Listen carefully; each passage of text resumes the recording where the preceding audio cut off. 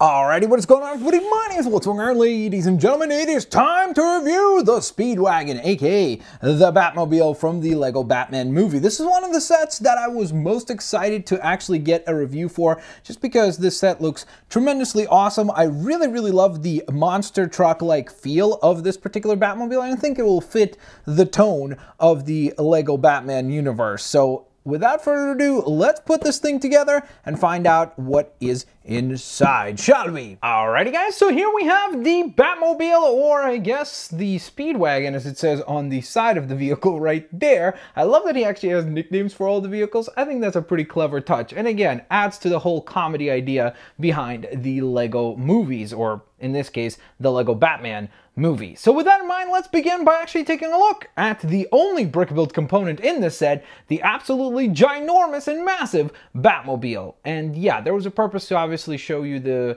figures next to it right now, because I wanted you guys to get an idea of the scale of this thing, because it is massive. Alrighty guys, so here's the Batmobile, and this thing is ginormous, as I was saying just a moment ago. It is absolutely massive, especially when you have it in this mode. And I know you might be thinking to yourself, what do you mean by this mode? Well, there's a really cool play feature to this vehicle, which all basically works around the suspension system of the car. So basically, the four components on which it sits, the four joints on which it sits, actually can move around. So we can, for example, invert them a little bit further more, like so. So you could bring them in all the way so that then you get a little bit of a different shape to the car. Still rolls perfectly fine, which is wonderful.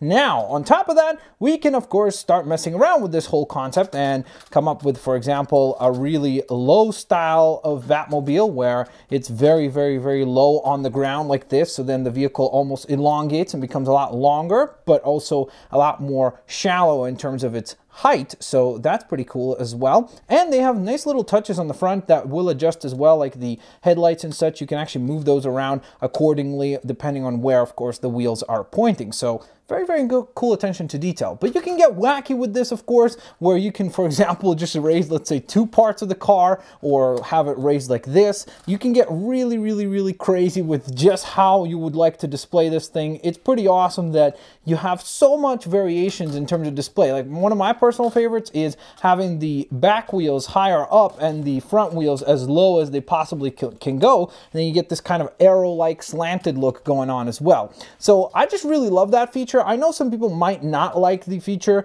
and might say that, hey, is that really enough to warrant the price of the set? And I guess that's really going to differ from person to person, because I could totally see someone saying like, hey, I'm not really sure if the Batmobile by itself, along with the 5 minifigures included, is something that I can justify. Maybe you wanted to see like a Man-Bat vehicle in this as well. I get that. To me though, the process of building the Batmobile was quite a bit of fun.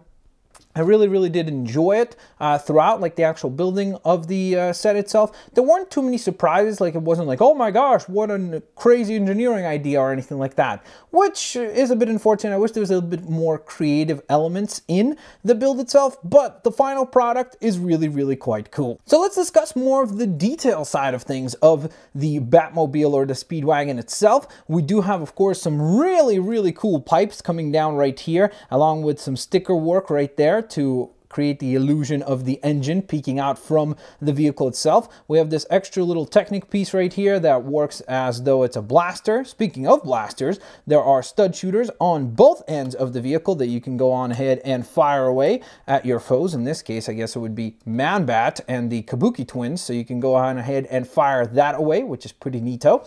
On the front end of the vehicle, we can see, of course, the previously mentioned headlights working very nicely, so that looks quite cool. And of course the Batitude license plate, which is cool as well. Again, it's goofy. It's one of those things, you're either gonna like it or you're not, as far as the idea of Batman being a lot more goofy than overly serious. So it's really one of those things that I could see some people being very turned off by that and want their Batman to be a lot more serious, whereas other people might enjoy the goofiness of this particular take.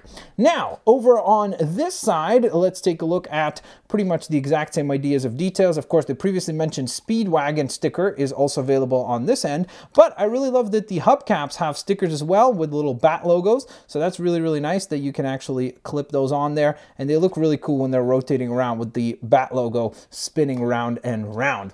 Final bit of sticker work is actually towards the back half of the vehicle. So we have additional stickers right here to obviously bring a little bit of red into the mostly black design that we have here. On the back, I really love the tail lights. They look wonderful. You could totally see that in the movie, like light up really cool along with the booster pack in the back. So I think that that looks very, very, very nicely done. And it just gives it like a really cool look. And additionally to that, we have another one of the Batitude stickers. Now, last but certainly not least, our last stickers are actually on the cockpit right here. So we have a big sticker up top of the bat symbol, so that looks wonderful. And then also a couple of extra stickers that go along the actual window or windshield of the... Or windshield? No. What's the name of it? I guess it is window, right? Windshield? I'm not sure. Either way, it's the stickers that go right onto the front of the wind shield right there. And then additionally, we have a couple of nice triangles on the sides. Now, of course, if we want, we could go on ahead and carefully slide that off and take a look inside the actual seat right here. So we can see there are a couple of buttons right there, red and green. I'm going to go out on the limb and predict that those are probably going to be used to launch Robin straight out of the Batmobile. There's also a nice steering wheel right there. And of course, a couple more stickers to work the, I guess, front dashboard of the vehicle. So that's looking pretty cool as well. Oh, and one more thing, guys. I completely forgot to mention this. The hood by itself, or I guess the cockpit, does not just come off via you pulling it off like so. What you can do is you can use the back right here thruster and then just push on it and it catapults this seat out of here, which kind of makes me, again, think of the fact that maybe Robin or someone is going to get blasted straight out of the Batmobile. Most likely Robin, straight out of this thing. Finally, before we move on to the minifigures themselves, I wanted to show you guys that both characters can fit very, very, very comfortably in the Batmobile, and actually it looks quite cozy. I really do like that they managed to fit two figures in here and not make it look awkward or weird, or have them like, let's say, one sitting on the front, the other one sitting behind him. It's very cool that they actually can sit side by side just like they would in an actual Batmobile. So I think that that's a really, really nice touch. So let's move right along to the minifigures in this set, and let's begin with the Dark Knight himself. It is Batman. Of course, pretty standard fare at this point. If you have seen any of my other Lego Batman movie set reviews, it's pretty standard fare as far as the actual figure goes. Nothing too new to see. There is just an additional Batarang that he comes with and an additional utility belt. So we get actually 3 Batarangs in this set. So that's kind of cool that there's an actual additional one added into the set itself. As far as the print work goes, of course, we have standard fare for the ab and the actual suit print work. There is additional detail on the back to obviously emulate the idea of some string on the figure. No, the idea of some actual muscular build. So I think that's really, really nice attention to detail. We have the soft fabric cape for this particular Batman, and on top of his very, very, very angry expression right there, we have his sort of confused, hey, what is going on expression available as well. And of course, with Batman out of the way, we move right along to the Robin figure in this set, and look at that, a new accessory. How cool is that? That is very, very awesome. It's the Bat merch signal, I guess, which I'm not really sure what kind of a factor it will play in the movie. Obviously, the movie is not out yet, so I don't really know. I really do love the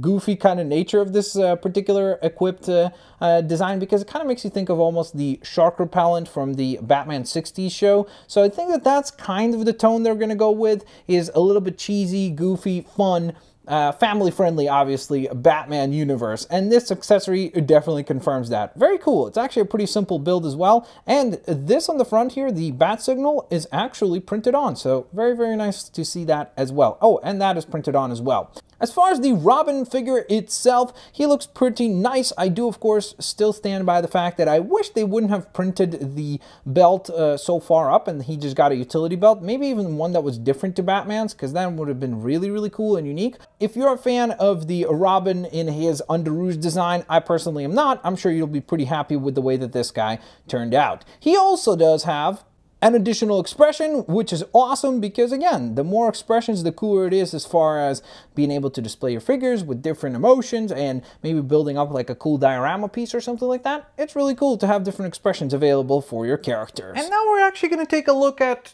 two minifigures because, well, they're pretty much exactly the same. They are the Kabuki twins, so they should be the same. They're twins after all. So these are 1/3, I guess, or 2/3 of the villain figures that are included in this set. It's primarily Man-Bat as the big villain, but the Kabuki twins are also included, and I actually think they did a wonderful job with these guys. I do find it that oftentimes it seems like on Lego figures, whenever they paint a lighter tone onto a darker tone, it seems like it could have used maybe one more coat of paint, because I would have loved the white to have a bit more pop, because if it popped a bit more, the red and the yellow on the eyes would have looked a little bit nicer as well. So just my personal preference as far as the designs go. Obviously they did a pretty good job with the print work on the face. They do come along with obviously clawed hands, and you do actually get a spare pair of those, so that's really nice. So you could go on ahead and, I don't know, make another Wolverine custom or something like that, so you could apply those to something else. As far as print work on the back goes, obviously since they do not have like a hairpiece or helmet or anything like that covering up the back of the head,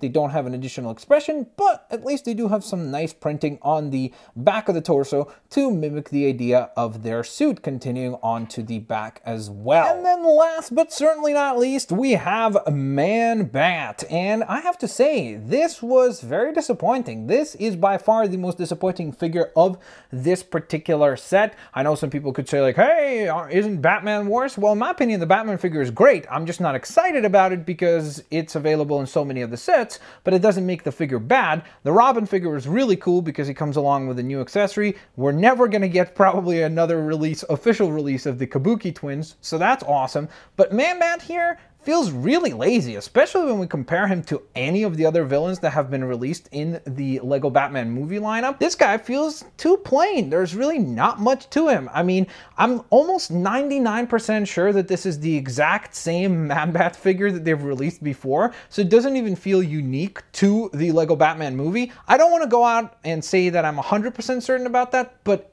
he looks to me exactly like another Man-Bat figure that I have had from before, so I don't really know why they didn't do something unique for this guy. Like, they could have made him a big fig in the Lego Batman movie. That would have been amazing. Or maybe even just added something unique to the face print, or just something unique to the look. Like even the Penguin, the Joker, the Riddler, Harley Quinn, every single one of the villains, Killer Croc, you want to bring up, they all look unique and different to previous releases. This guy seems exactly the same, which is super duper disappointing and sort of boring in my personal opinion. But I want to hear your thoughts down in the comment section below. Now, with that little rant out of the way, what do I think of the actual figure here? Again, if it's your first Man-Bat figure, it's pretty cool. It definitely doesn't feel like it fits in tone with the rest of the Lego Batman movie, again, because it feels kind of plain. Like, just even the pants, like maybe they could have done some sort of like cool like torn pants or something like with a little bit of fur underneath, just something to make it feel more unique and over the top. And the biggest pet peeve of mine with this figure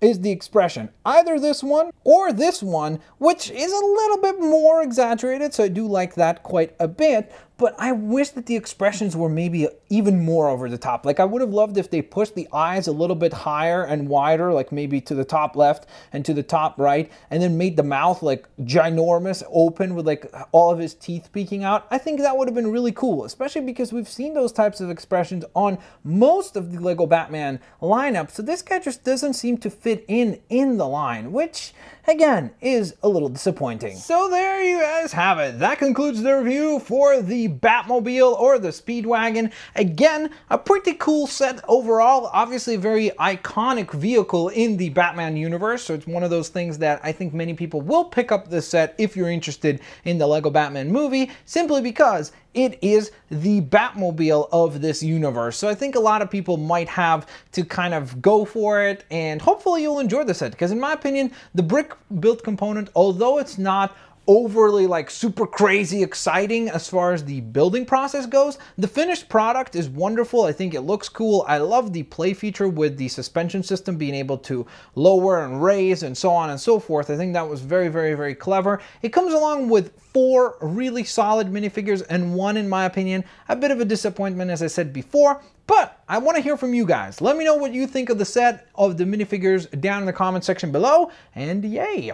So there you guys have it. That is the review for the Batmobile set. And again, very, very, very happy with the vehicle. The minifigures, not as excited about as I could have been, I think. I think they could have been better than what they turned out to be. But of course, don't forget, guys, if you enjoyed the episode, click the like button. It really does help me out a ton and lets me know that you guys are enjoying the reviews, which, by the way, every review so far has gotten over 1,000 likes. That is awesome. So thank you guys so very much for doing that. You guys are incredible. Now, speaking of incredible, whoa, bam! This set is going to be the next set reviewed. Thanks all for watching, guys. I'll catch you all next time. Peace out. See you later. Alligators. Bye-bye, everyone. I don't know what that was. That was like, I feel like I'm doing like a puppet show behind these boxes like, oh, here we go. Okay, I should stop.